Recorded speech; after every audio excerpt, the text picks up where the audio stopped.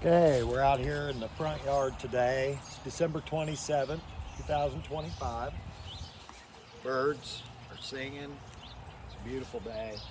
About to apply an extract to the garden beds. These are recently built this season, fall, late summer. These beds were put together and I put a cover crop on them. You can see them in the background. Squirrel tree here.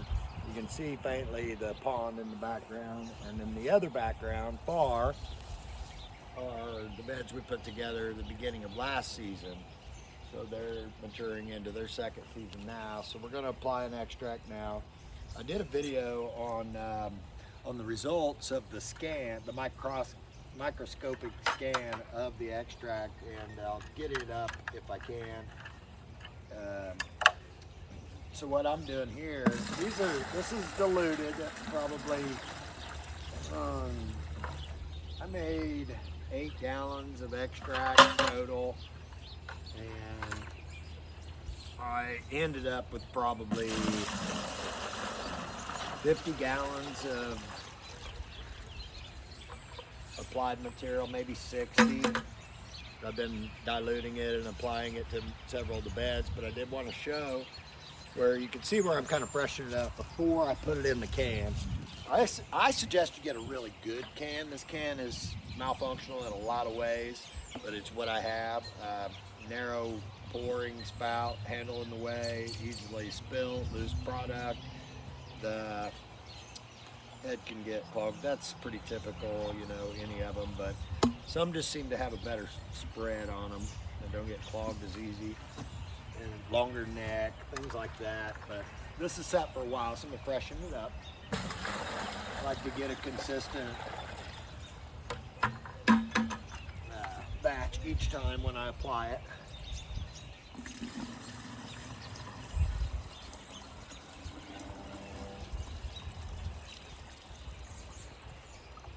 And I'm just gonna kind of rapidly walk through the bed, sprinkling some on.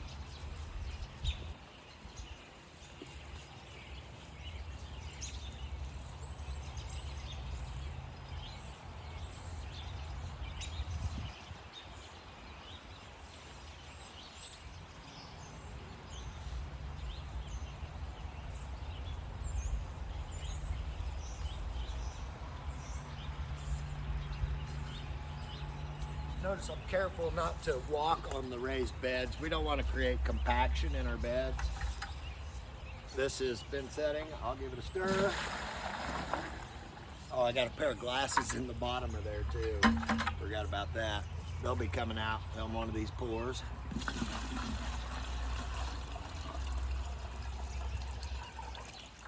A lot of reasons this extract's important.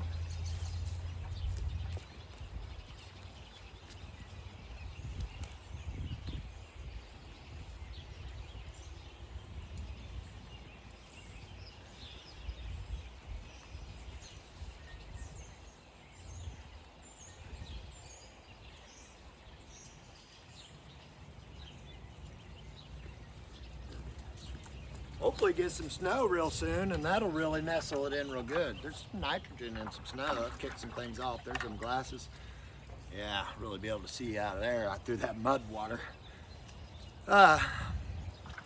This extract is chock full of fungi and different amoeba, flagellates, bacteria.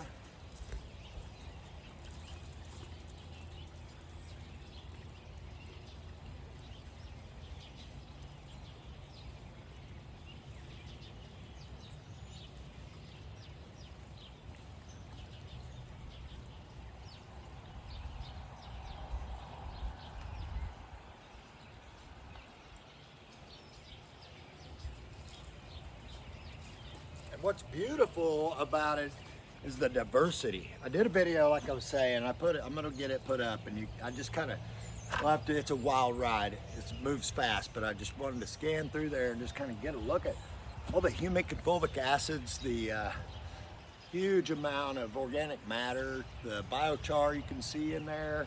I found a nematode, which is not a lot, but one nematode does give you biocomplete status.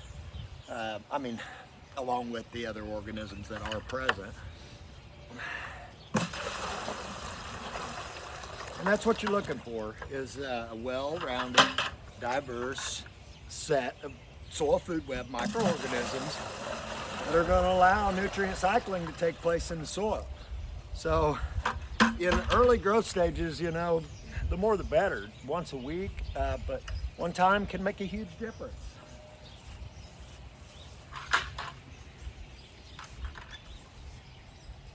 But you want to be checking with the microscope along the way, if you have access to.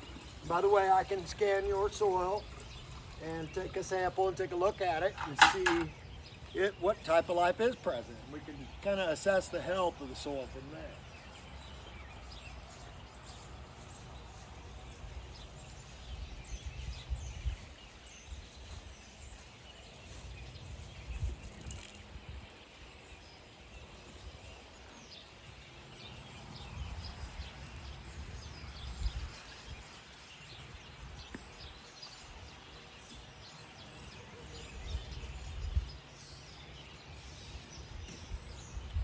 We're going to shut the program off for a moment.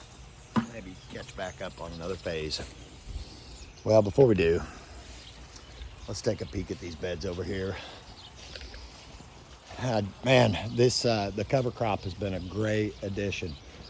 This has been a beautiful thing. Last year was basically everything was like this. I didn't put cover crop here. I just kind of reshaped this to allow water to transfer into these walking channels, and it'll absorb, it'll fill, it'll go down to the next. You can see the same concept here. This is all downhill from up. Everything's downhill from up. But as water travels through, it'll rise, and I've got low channels created, and it'll penetrate to the next situation, absorb, and you know, water may never leave my property if we don't get a lot of rain. So far it's been great, just getting it going.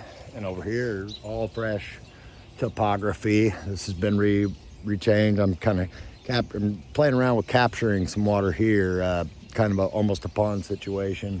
There's a hole in the ground there, pretty neat. I'll reveal that in another episode. These beds have not been heavily amended. Built the soil pretty quick. Used what I had, incorporated some leaf mold, a little bit of aged mulch, some organic matter, and actually some haydite over here. So experimenting with that. Peach trees, if anybody knows anything about, you know, I'm trying to decide on a shape. Watch it, Pole, watch where I'm going. Trying to decide on a shape for these trees, how I'm gonna take them. I'd love to see really low, wide branching, you know, but not so much. I need to aim it to where this other tree doesn't end up, I'm gonna take it off of here for a moment. Let's take a look here. Any of y'all got any suggestions? You've got some really old growth, really new growth. As far as I know, you know, I can kind of choose from here which ones I want to keep, kind of train them out. And the same over here. I got a lot more to choose from. We've got some really mature. These are a little over 2 years old. I bought them at 2 years old and just put them in the ground late last season. So, you know, we got a north, south, west, and east branching that we can really take advantage of here.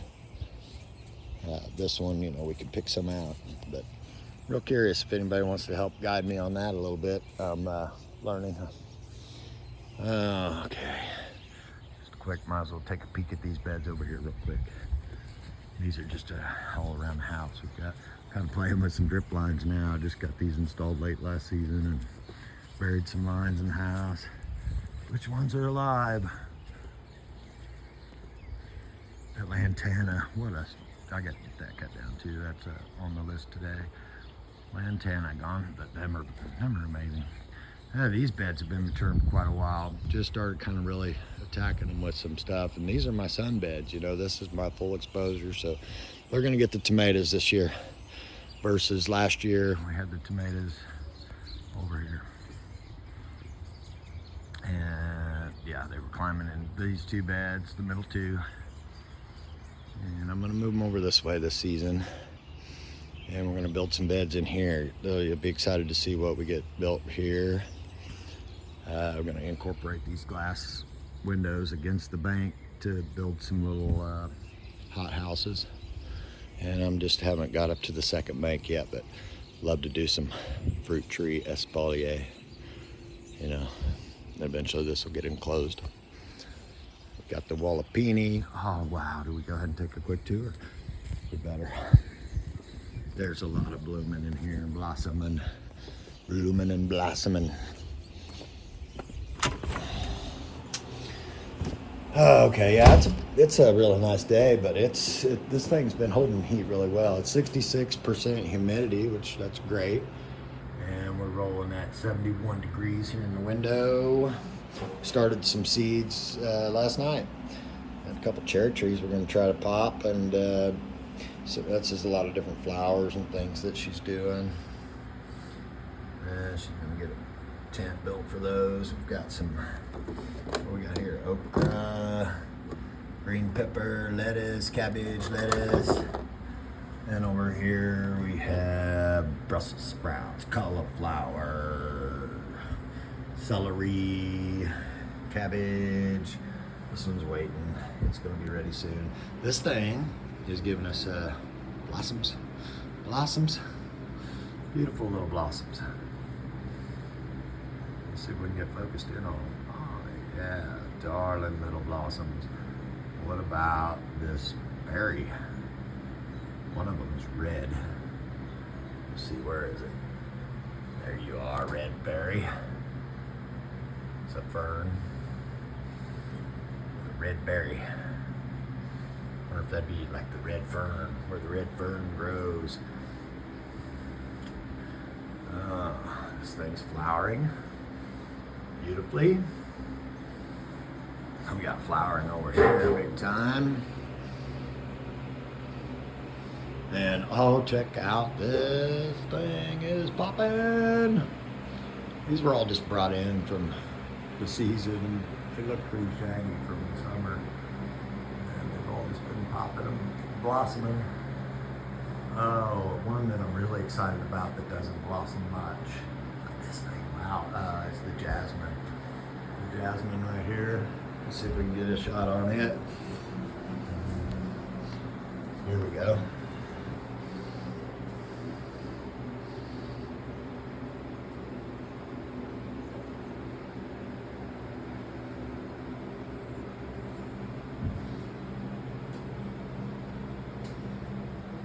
This thing is robust. It's a handful.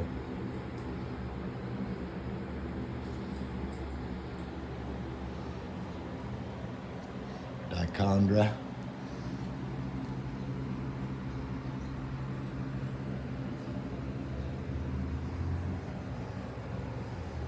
Big aloe up there, getting nestled into its new home. That's a new arrival from her aunt Karen. The palm was too tall for inside. That thing is 9.5 feet tall. I haven't measured it out here yet, but I'm standing on top of the sink. The avocado tree, and we have pepper in bloom. I'm getting some chilies. Nice chilies, bunches of them, more flowers. Got a fern hanging out in here, doing little experimentals. Hi guys.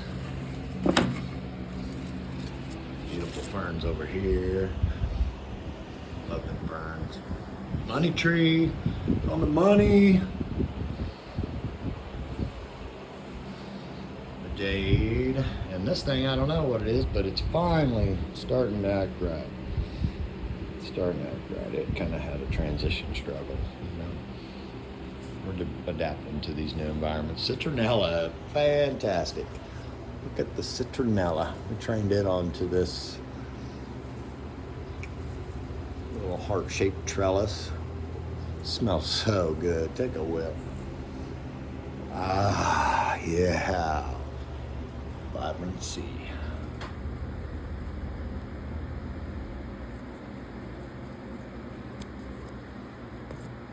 fern.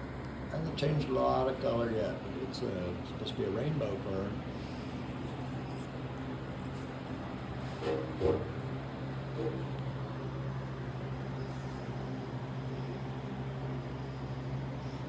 Okay, the begonia. I think we've seen enough though.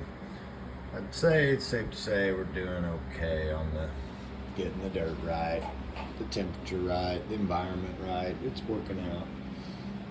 It's working out. Okay, I could probably go on a long time, but I better shut it down. We're probably already into an hour.